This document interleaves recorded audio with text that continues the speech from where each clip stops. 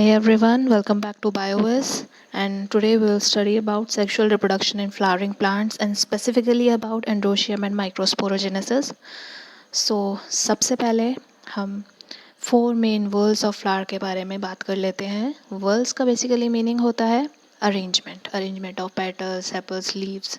But जो flower के चार मेन पार्ट्स हैं वो हैं calyx, Corolla, androecium and gynoecium. Calyx, जिसको हम सेपल के नाम से भी जानते हैं, ये एक शॉर्ट लीफी सा पार्ट होता है फ्लावर के बेस में. कोरोला पेटल्स, जो कलरफुल पार्ट होता है फ्लावर का. एंड्रोशियम स्टेमन को कहते हैं, जो कि मेल रिप्रोडक्टिव पार्ट होता है फ्लावर का. एंड गायनोशियम कार्पल को कहते हैं, जो कि फीमेल रिप्रोडक्टिव पार्ट होता है फ्लावर का. ओके, सो जो सेपल और पेटल होते हैं वो एक्सेसरी वर्ल्स होते हैं, जबकि स्टेमन और कार्पल जो होते हैं वो एसेंशियल वर्ल्स होते हैं. इस डायग्राम में आप इजीली आइडेंटिफाई कर सकते हैं जो चार वर्ल्स की हमने बात की है: कैलिक्स, कोरोला, एंड्रोशियम, गायनोशियम. सो कैलिक्स जो सेपल है, ये लीफ लाइक स्ट्रक्चर है, काफ़ी शॉर्ट होता है, ग्रीन कलर का होता है और जो फ्लावर का बेस है वहाँ पे पाया जाता है.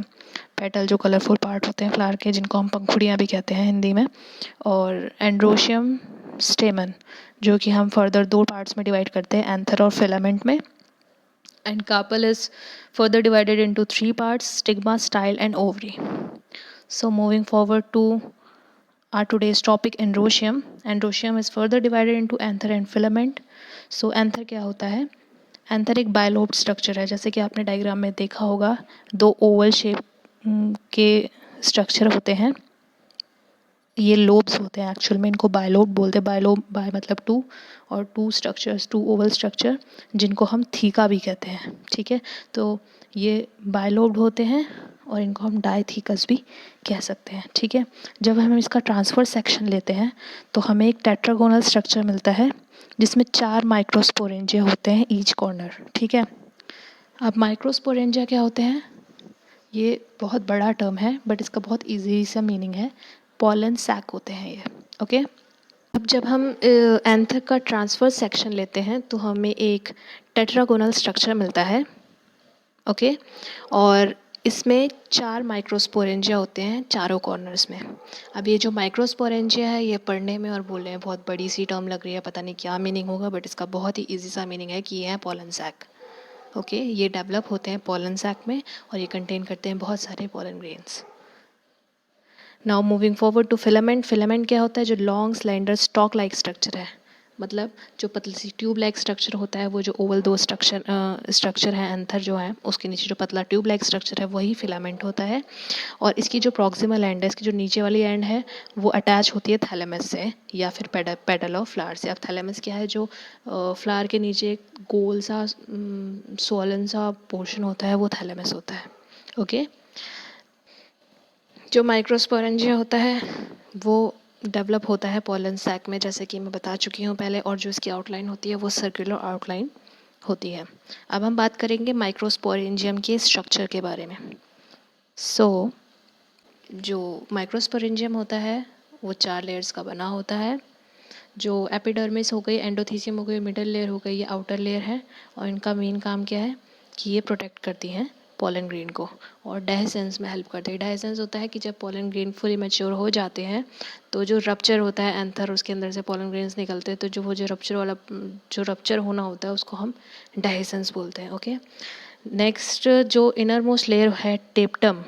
ठीक है, इसका क्या काम होता है कि ये नरिश करती है जो pollen grains, developing pollen grains हैं, उनको नरिशमेंट प्रोवाइड करती है. जो टेप्टम के सेल्स होते हैं उनमें बहुत डेंस साइटोप्लाज्म होता है और वो एक से ज़्यादा न्यूक्लियस होते हैं उनमें. In young anther, a group of compactly arranged homogeneous cells called sporogenous tissue occupy center of each microsporangium. यानी कि जब एंथर फुली मैच्योर नहीं होता है तो उसमें क्या होते हैं कि होमोजीनियस सेल्स का एक ग्रुप होता है. होमोजीनियस सेल्स, जिन सेल्स का सेम सिमिलर फंक्शन होता है, उनका एक ग्रुप होता है जिसको हम स्पोरोजीनियस टिश्यू होते हैं, वो पाया जाता है. और कहाँ पाया जाता है? हर माइक्रोस्पोरेंजियम के सेंटर में पाया जाता है. ठीक है, अब हम बात कर लेते हैं माइक्रोस्पोरोजेनेसिस क्या होता है, क्योंकि अब जो हम पढ़ रहे हैं वो पूरा माइक्रोस्पोरोजेनेसिस का ही पार्ट है. तो उसकी डेफिनेशन क्या हो गई? The process of formation of microspore from a pollen mother cell through meiosis is called microsporogenesis. मतलब पोलन मदर सेल से मियोसिस के प्रोसेस द्वारा जब माइक्रोस्पोर बनता है तो उस प्रोसेस को हम माइक्रोस्पोरोजेनेसिस बोलते हैं. माइक्रोस्पोर क्या है? पॉलन ग्रेन है. So don't confuse yourself. अब बात करते हैं कि जब एंथर मैच्योर होने लगता है तो क्या होता है कि जैसे जैसे एंथर डेवलप करता है तो ये जो सेल्स हैं स्पोरोजिनस टिश्यू के, इनमें मियोटिक डिवीजन हुआ, ठीक है, और ये इन्होंने क्या फॉर्म किया? माइक्रोस्पोर टेट्राइड का फॉर्मेशन करा, ठीक है. और माइक्रोस्पोर टेट्राइड पॉलन ग्रेन्स ही हैं. तो क्योंकि हर एक सेल स्पोरोजिनस टिश्यू का केपेबल है पॉलन ग्रेन्स बनाने के लिए, इसीलिए इन सेल्स को हम माइक्रोस्पोर मदर सेल या पॉलन मदर सेल भी कहते हैं. और यही हमारी माइक्रोस्पोरोजेनेसिस की डेफिनेशन है कि क्या हुआ? स्पोरोजिनस टिश्यू है, उसके सेल्स हैं जिनको हम माइक्रोस्पोर मदर सेल या पॉलन मदर सेल कहते हैं. उनमें मियोसिस हुआ, रिडक्शनल डिवीजन हुआ, जिससे प्लॉइडी क्या हो गई? 2n की n हो गई, जस्ट हाफ हो गई. और जैसे ही प्लॉइडी हाफ हुई तो उन्होंने पॉलन ग्रेन्स बनाए, हाफ प्लॉइडी के n प्लॉइडी के. और बस यही प्रोसेस माइक्रोस्पोरोजेनेसिस है. ओके, अब हम बात करते हैं पॉलन ग्रेन क्या होते हैं. जो ये माइक्रोस्पोर बने, ये क्या हैं? ये क्या होते हैं? ये रिप्रेजेंट करते हैं मेल गैमेटोफाइट को. और ये जनरली कितने होते हैं? 25 to 50 माइक्रोमीटर इनका डायमीटर होता है, ठीक है. अब जो पॉलन ग्रेन होता है उसकी 2 लेयर्स होती हैं. एक आउटर लेयर होती है एक्साइन, ठीक है. अब जो एक्साइन है वो बहुत हार्ड लेयर होती है, ठीक है. अब ये हार्ड क्यों होती है? क्योंकि इसमें स्पोरोपोलिन पाया जाता है.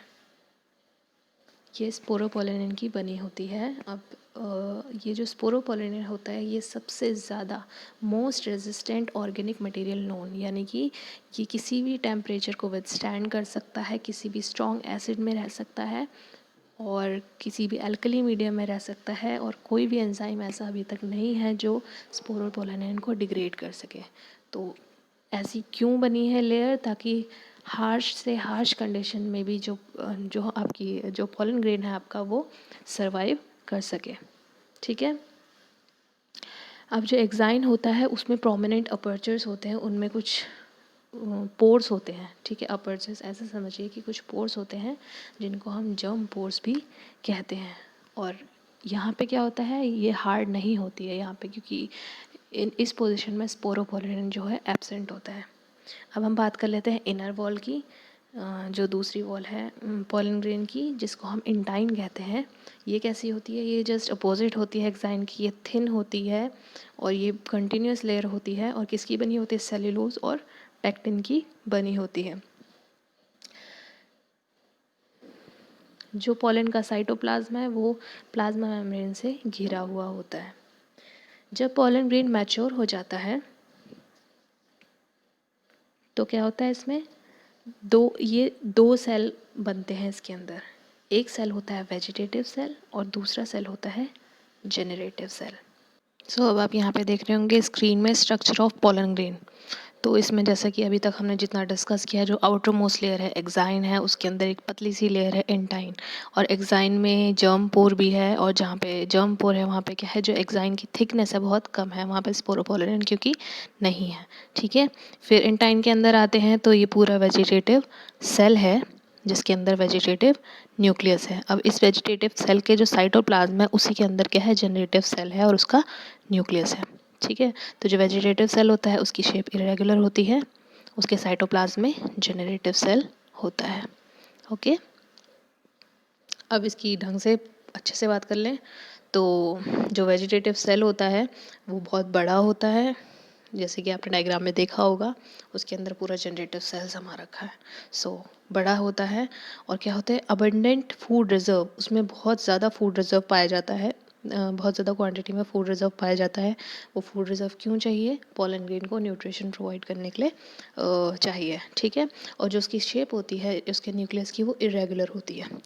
जनरेटिव सेल की बात करें तो ये कंपेरेटिवली स्मॉल होता है और ये वेजिटेटिव सेल के साइटोप्लाज्म में फ्लोट करता है.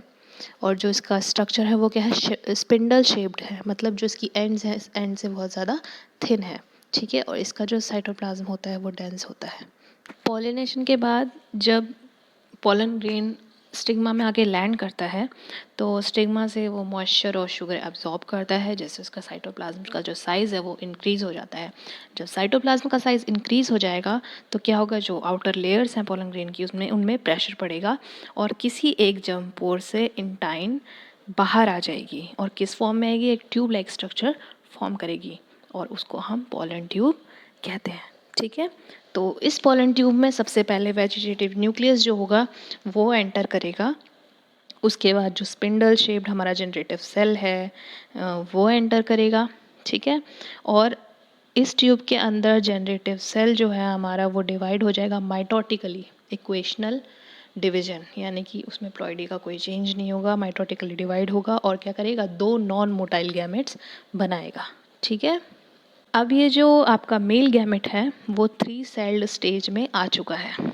3 सेल स्टेज कैसे, कि एक तो वेजिटेटिव सेल हो गया आपका और जो 2 नॉन मोटाइल गैमेट्स अभी बने हैं। ठीक है, तो this 3 cell stage represent mature male gametophyte of angiosperm, और जो ये 3 सेल स्टेज है इसमें जो मेल गैमेटोफाइट है फुली मैच्योर हो चुका है। तो ये पूरा माइक्रोस्पोरोजेनेसिस का प्रोसेस हो गया आपका। मैच्योर कब हुआ, पॉलन कैसे हुआ, क्यों हुआ। एंड आई होप कि आप लोगों ने ये वीडियो को एंजॉय करा होगा, आपके कुछ डाउट्स क्लियर हुए होंगे, और अगर कहीं कोई टर्म में दिक्कत आई है तो प्लीज़ कमेंट करके बताएं और मुझे आगे भी मैं क्या टॉपिक्स पढ़ाऊँ वो सजेस्ट करें। ठीक है, तो यहाँ पे एक डायग्राम भी मैंने प्रोवाइड कर रखा है कि एक्साइन से एंटाइन बाहर कैसे निकली जंप पोर के थ्रू, और पोलन ट्यूब बनी और इस ट्यूब में ट्यूब न्यूक्लियस है और मेल गैमेटोफाइट है। तो आज के लिए इतना ही। थैंक यू मेरी वीडियो देखने के लिए। Please like share and subscribe my channel. I hope आपको मेरा ये जो कंटेंट है वो पसंद आया होगा। Thank you, bye bye.